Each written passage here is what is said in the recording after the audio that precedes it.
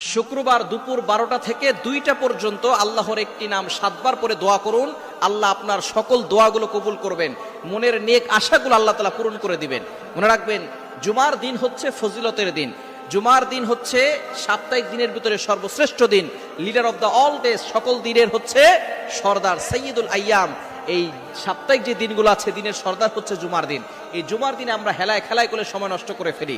এই জুমার দিনে আপনি আগে আগে মসজিদে চলে যাবেন।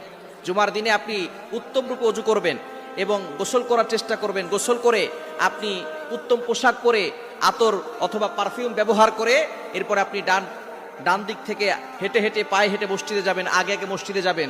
নবীজি সাল্লাল্লাহু আলাইহি সাল্লাম জানিয়ে দিয়েছেন যে সর্বপ্রথম মসজিদে ঢুকবে একটা উট কোরবানি করার সওয়াব পাবে।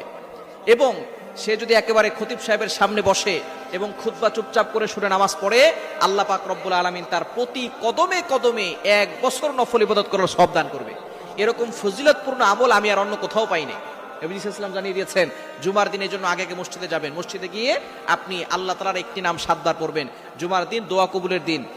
জুমার দিন যে সময়গুলো দোয়া কবুল হয়, জুমার নামাজের সময় আল্লাহ পাক রব্বুল আলামিন এই সময় দোয়া কবুল করেন এবং আসরের নামাজের পরে দোয়া কবুল হয়। ইমাম আবু হানিফা রাহমাতুল্লাহি আলাইহির মাযহাব অনুসারে বিশুদ্ধ মত হচ্ছে আসরের নামাজের পরে দোয়া কবুল হয়, জুমার দিন আসরের পরে মাগরিবের পূর্বে। তবে জুমার নামাজের পরেও দোয়া কবুল হয় এবং ইমাম সাহেব, খতিব সাহেব যখন খুতবা দেয়, 2 খুতবার মাঝখানে দোয়া কবুল হয়। এগুলো হচ্ছে কিছু কিছু প্রসিদ্ধ মত যে সময় দোয়া কবুল হয়। আপনি জুমার দিন 12টার পরে 2টা পর্যন্ত এই সময় আপনি দুরূদ শরীফ পড়বেন 11 বার।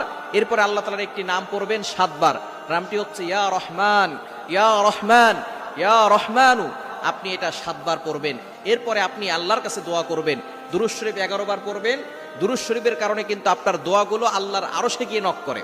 অনেকে আমরা দোয়ার সময় দুরূদ শরীফ পড়ি না। দুরূদ শরীফের ফজিলত হচ্ছে, যে ব্যক্তি দুরূদ শরীফ পড়ে আল্লাহ পাক রব্বুল আলামিন এই দোয়াটা সাথে সাথে আরশে আযমে গিয়ে পৌঁছায়, আল্লাহ তার দোয়াগুলো কবুল করেন। আর দুরূদ শরীফ না পড়লে এটা মুআল্লাকুন, ঝুলন্ত পেন্ডিং অবস্থায় থাকে, এটা আরশে আযমে গিয়ে নক করে না। এজন্য 11 বার দুরূদ শরীফ পড়বেন, এরপরে 7 বার